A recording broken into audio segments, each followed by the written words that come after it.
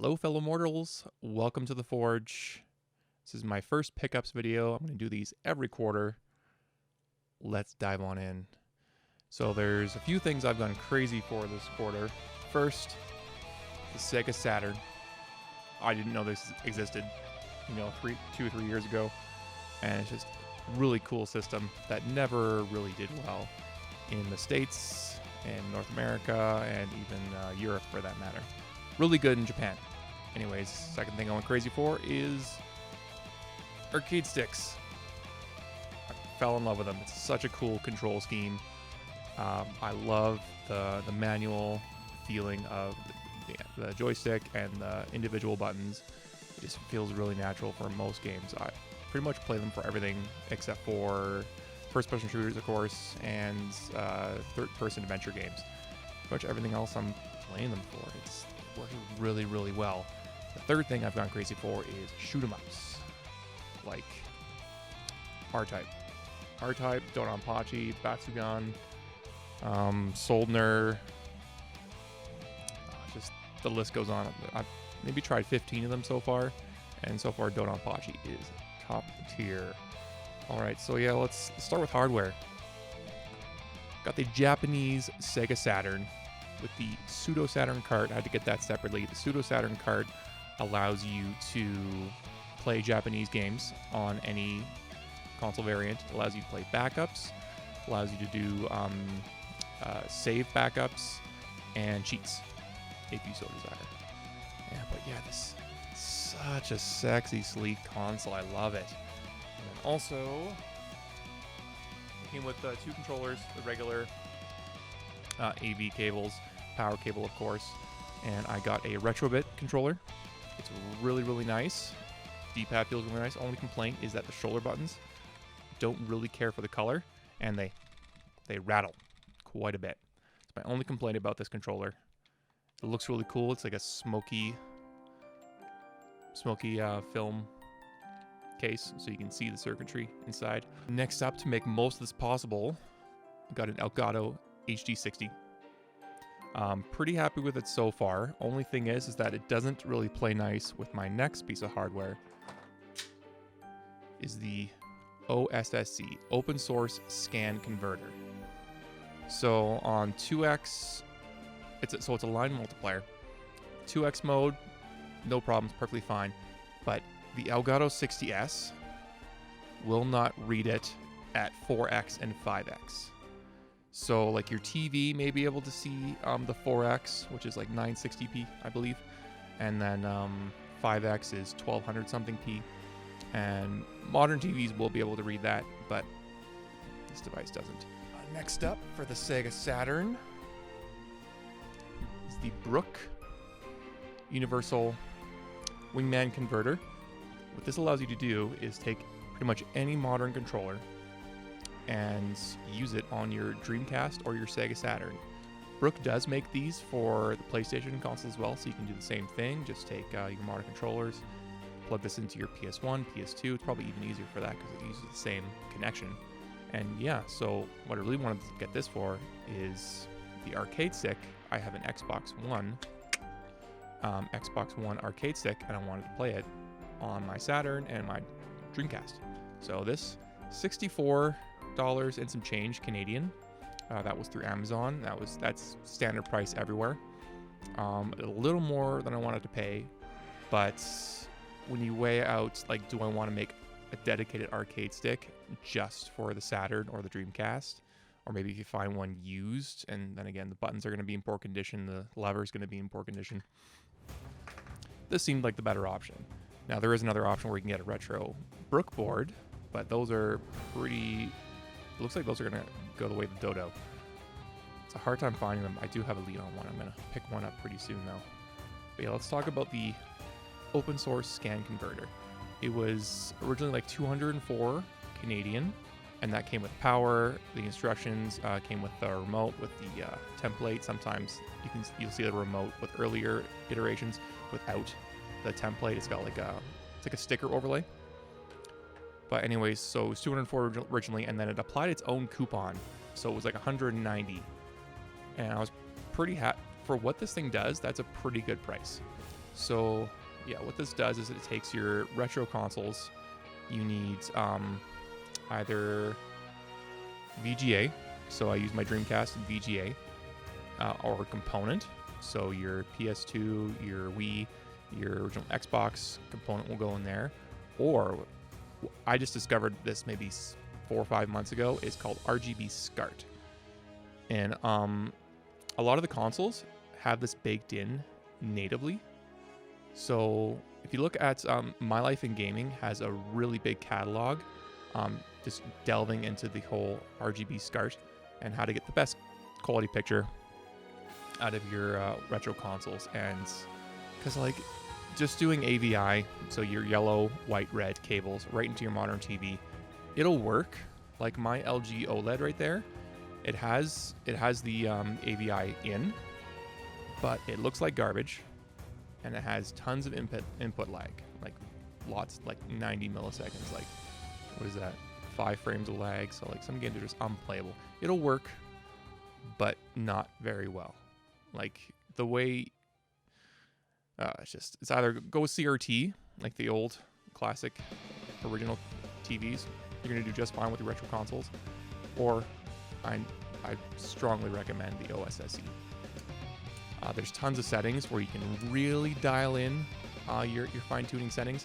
I haven't really thought that'd be necessary as of yet. I don't really see a difference when I fine-tune them, unless you're actually bringing up those calibration like test suites. And the thing is that so there's a site called Firebrand, and it has like a bunch of like preset templates for each individual console.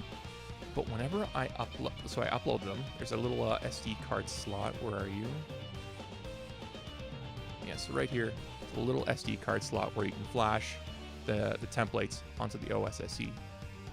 And they look terrible on every template I've done. So I've done Super Nintendo, Genesis, PS1 especially. So PS1 and Super Nintendo look the worst. And I just find that the generic, so say you're booting up your Super Nintendo and it's going straight to TV, and 2x mode looks great and 4x mode looks great.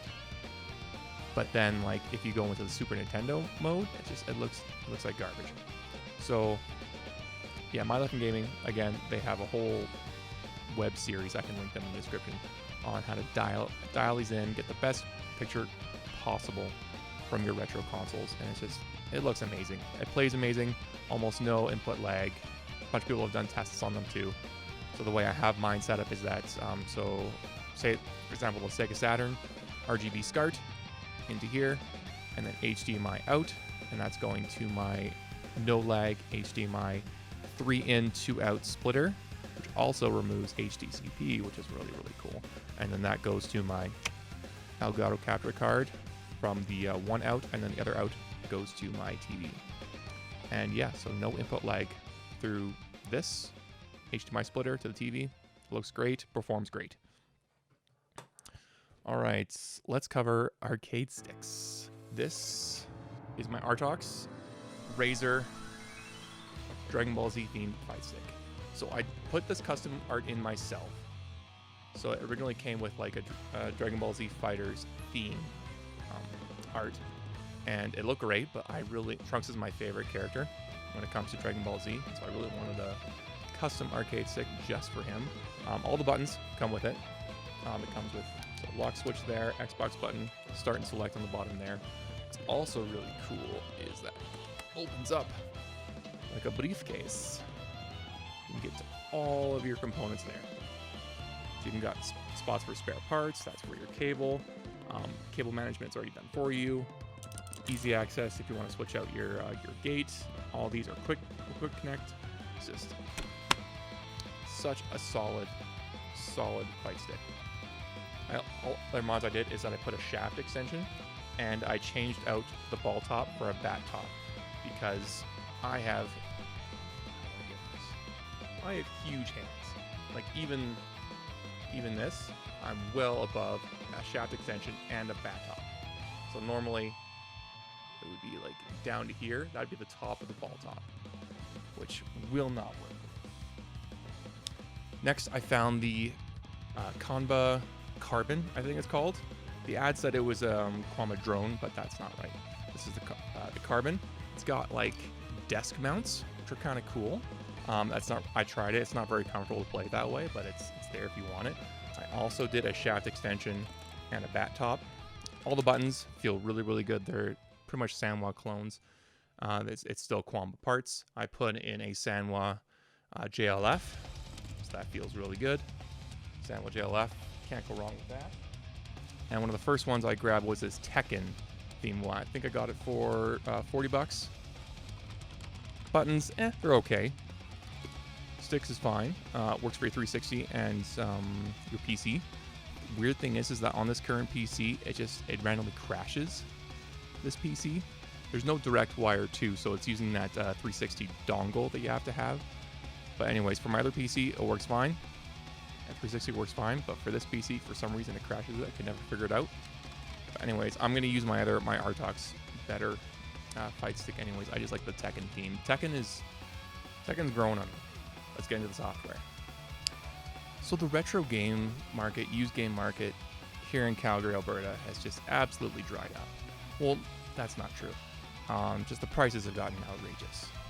And I'm not going to enable that kind of behavior. So I think, apart from that, the Sega Saturn and a few Saturn games, everything was pretty much from like Amazon or limited run sites or EB Games and local game store, of course. And like, I mean, I got a decent haul and I'm pretty happy with all the prices I paid for the most part, but it's just, there's no deals to be had. And since work is so slow, I'm at the computer almost all day, every day. So every once in a while I can click refresh on Kijiji or your site of choice to see what the listings are, and just nothing is showing up. But anyways, let's get into what we got here. So since I fell in love with shoot 'em ups, Soldner X2. So it originally came out on the PSP, Japan only. But I played it on the PS Vita first. There was a PS Vita release through PlayAsia and Limited Run. I missed both of those, unfortunately, but I did get to play it on my modded Vita. But once the X2, Soldner X2 on PS4 came, I had to have it because it's such a solid game. You have like a few different ships. There's tons of replayability. You can unlock your specials. You can unlock different weapons, unlock different ships, and unlocking the stages is actually a big thing of it. There's, I think, 3 or 4 stages where you actually have to find these little yellow keys to actually collect a certain amount of them to unlock the next stage. So you can play through I think it's 1 to 7, stage 1 to 7, but then you have to go back and play the other levels and find those secret keys. And some of them have really annoying circumstances, like you have to have a B rank up until that special key has a potential to spawn. So it's not even a guaranteed that that key's going to spawn, but you have to have a B rank, which at that point means that you go through almost the entire map without getting hit once. So in the PlayAsia site, it said that there's rebalanced difficulty and the like, but I didn't see any changes from the Vita. 0 changes. Okay, next, Trials of Mana. It was on sale at EB Games for like $27. So I'm a sucker for Square Enix games, so definitely one I'm going to try. No, I heard it's pretty short, so I'm gonna get that ripped through. Astabreed. I missed the first run of this on limited runs. It's like a 2D, 3D kind of shoot 'em up on the PS4. It looks great. Art style is fantastic. I'm really looking forward to playing this. It was on, so Limited Run is moving their warehouse, so they had a sale. And I had like 4 or 5 games in the cart, ready to go. But this is the only one that went through. So I was kind of bummed about the other ones.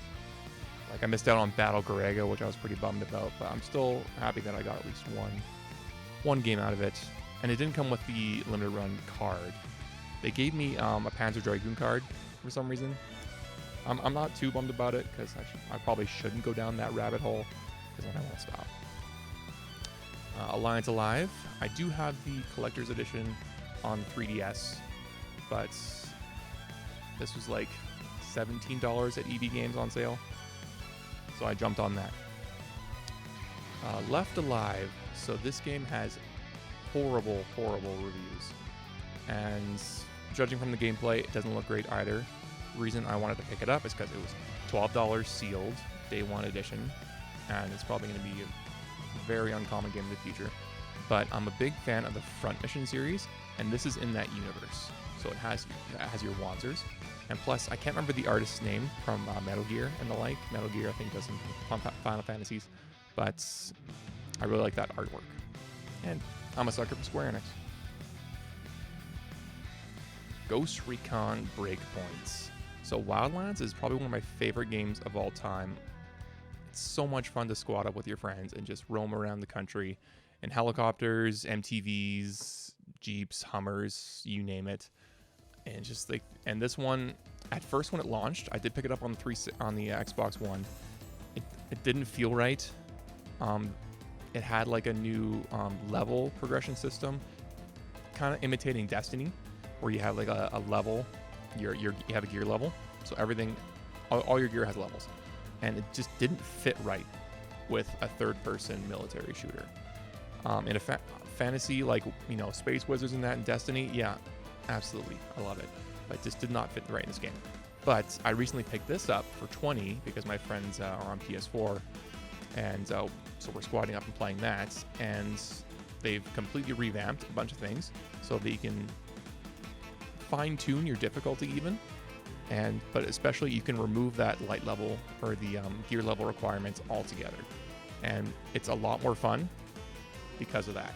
It's just like any gun headshot is going to be the same across the board, but it was really annoying when you had like 20 levels under and you're just taking your, you know, sniper headshot to a guy and it's just like, huh, what's that? Did a mosquito get me?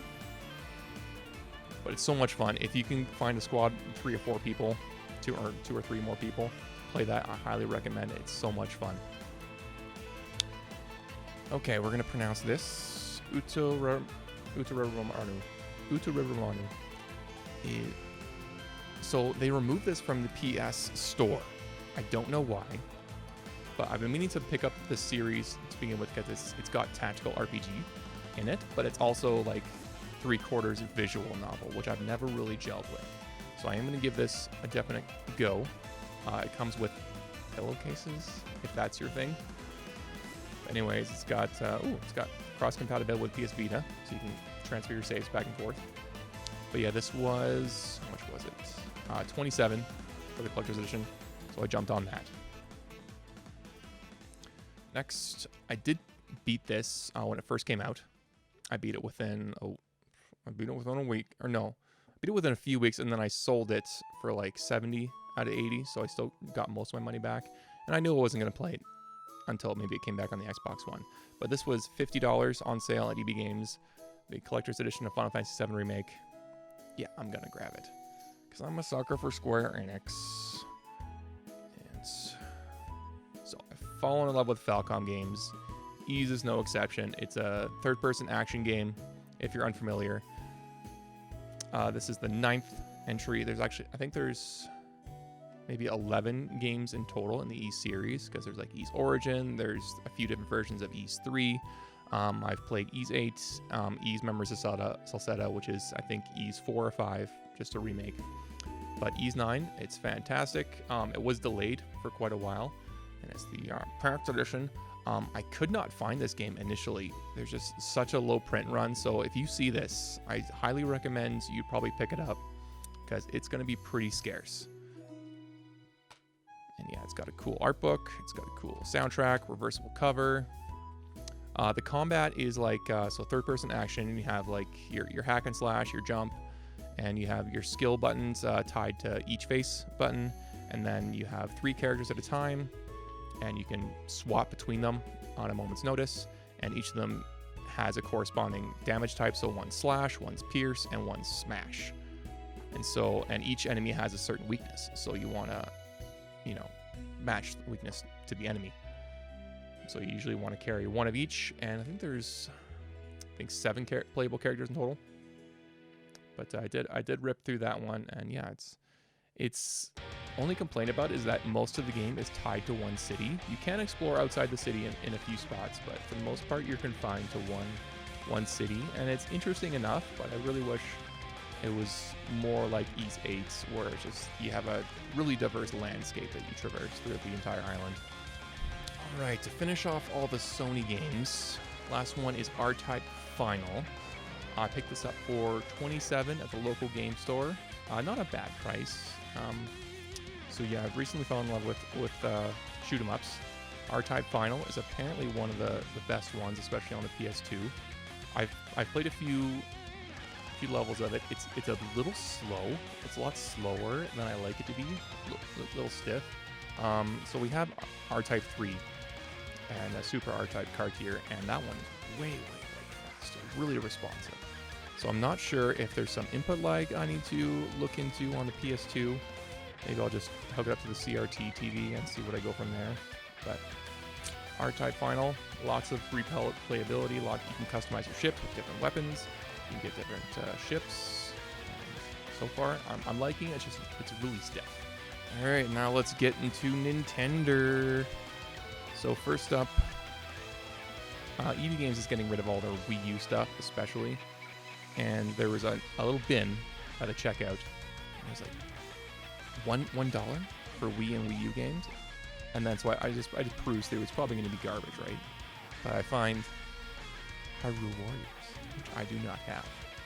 Hyrule Warriors is like a Muso, but in the Zelda universe. So I haven't tried this yet. I'll try it one day. Because Muso games are pretty easy. Like, abnormally easy for video games. It's very, very weird. But yeah, $1. I look at the clerk and I'm like, $1? He's like, yep, $1. And I'm like, okay, I'll grab that. The next guy's like, what? $1? So he goes and grabs one too. I'm like, sweet, yeah. And then I think that was the only place that was doing that, because I looked at a few other EB games in the city, and they did have those bins, but it was just garbage. It was just loose Wii games, pretty much. All right, next up is Power Rumi. So I haven't tried it. I tried it on PC. I haven't booted it up on the Switch yet, but this is from Play Asia. And what I really appreciate about Play Asia is that all the boxes for the special editions are almost all very, very similar in the size. So when you stack them on the shelf, they're all gonna look nice and uniform. And for those of you, OCD, that's gonna, I really appreciate it. It's got like embossed there. And also another big thing I appreciate is that they all come with these plastic sleeves, so that when you open it up, you can still just put it back in here and keep the box in condition. You don't have to make like a custom box protector. So that's pretty sweet. Next up is Ikaruga. So people in the shoot 'em up community like praise this game as like, top tier shoot 'em up.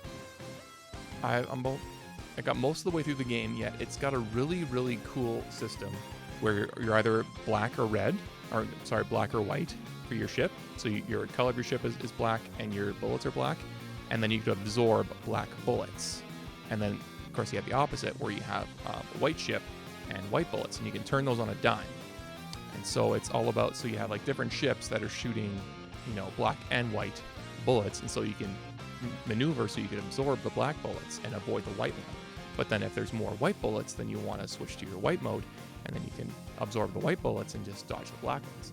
So it's you really got to reprogram your mindset, because you instinctively want to dodge everything, but you only have to dodge one at a time. So it hasn't really clicked for me yet. Like, it looks great, and it's got a really great soundtrack. And I'm enjoying it overall. It's just it hasn't really clicked for me yet, and it gets really, really difficult. All shoot 'em ups are really, really difficult for the most part. So I picked up Blaster Master 0, 1, and 2. So these look really, really cool. So it's from the NES days. So you have like a little 8-bit sprite tank, and you can jump really high. It's like a hover tank from Mass Effect, and you can shoot, and you have rockets, and you have charge beams. But then also you have where you go in certain rooms, it's like an isometric top-down shooter. So you have your little pixel guy that'll run around and shoot enemies, and it's a lot of fun, and it's got some challenge to it. And so one thing I did is that, so Best Buy has their own cover variants, and Limited Run at the time sold the Best Buy cover variants, and I liked them more. So I actually have, so like I have the original cover, and then I have the Best Buy cover on both of these. And at the time they were $1, and I got a few of them. Like I got the Bloodstained, I got the Panzer Dragoon, and I got one more, I can't remember which one. But they were $1.99 at the time. And then after I did that, they raised the price to $5 each. So I'm not sure if it was just a mistake on their end and nobody else was buying them until I bought a few. But yeah, both. I like the Best Buy cover variants a little bit more. And next up is Grandia. So this one just like shot up in value. So I got it for $80 through my local video game store. And so that's 80 Canadian, by the way. All those prices are Canadian. So Grandia, I've been meaning to try this game out. And so I've been playing this on the Switch. I'm 4 or 5 hours in. One thing that really bothers me is in the combat, especially, it constantly zooms in and zooms out, and it's always shaky. And it's really, really jarring, and I'm having a hard time getting over it. It's like you have a toddler that has like a camera phone, and he's just constantly zooming in and out while shaking at the same time. And because you're not taking direct control after you select your action, the camera just goes and does its own thing, and it's really, really jarring. It's like, you know, when you're trying to scroll down on a page, and you know you've scrolled down, but the page hasn't caught up yet, so your eye has already gone down, but the page hasn't caught up yet, and it just, you know, catches you off guard. It's a little jarring, and it's kind of like that. So I'm having a hard time getting over it. Yeah, we'll see. I really want to give this series a try because it's very highly regarded, and it's very, very charming. I like the characters, the soundtrack, the opening soundtrack. It sounds like a Hartford Whalers hockey theme. You can look that up. It's really nice. Lots of horns. Next up is the R-Type and Super R-Type. Was it from Retrobit? It's a reproduction. It's got a bigger box to it. It's kind of boring. And I ripped it when I was trying to open it. But yeah, R-Type goodness. It's got a really cool black cart. Some of them have like a blue, I think a blue or silver cart. So if you can get those, you have the rarer version. I don't really care. I just want to play the game, and it plays excellency. I'm having a hard time now. Excellently on the Super Nintendo, especially through the Ossc system. Another one from Limited Run Games. It's not technically a Limited Run game. They just sold it through them. Ys Origin. Most of this box is empty space, unfortunately, and I don't really want to open it up. Maybe I'll do it in a different video, unboxing, but it's got soundtrack, it's got a poster, it's got all that goodness. Ys Origin. Haven't played it yet, but it's like it originally came out on the PC. It's been on Switch, it's on Xbox One, it's pretty much on everything you can think of. And I'm really looking forward to playing it. I just haven't gotten around to it. Got a huge backlog. So this next one, I thought I wasn't going to get, because I pre-ordered it as soon as it was announced, and the pre-order got canceled. And there was no explanation as to why. And nobody else was carrying it. It's the Fire Emblem 30th Anniversary Collector's Box. This thing is hefty, and it doesn't even have the cartridge in it. So what it comes with is it doesn't come with an actual cartridge or a Switch game with the original Fire Emblem Shadow Dragon game on it. It comes with a hefty art book, and it's just jam-packed with goodness. It's got like art from every single iteration of Fire Emblem. It's got all the cipher art from the card game. It's just such a cool book. And then also comes with like a replica of the NES box. One complaint about it is that it's slightly smaller than an actual NES box. Like I've got Metal Gear here, and as you can see, it's just slightly smaller on the edge, so it doesn't fit in that box protector that well. Not a big deal, but I'll just quickly show you what's inside here.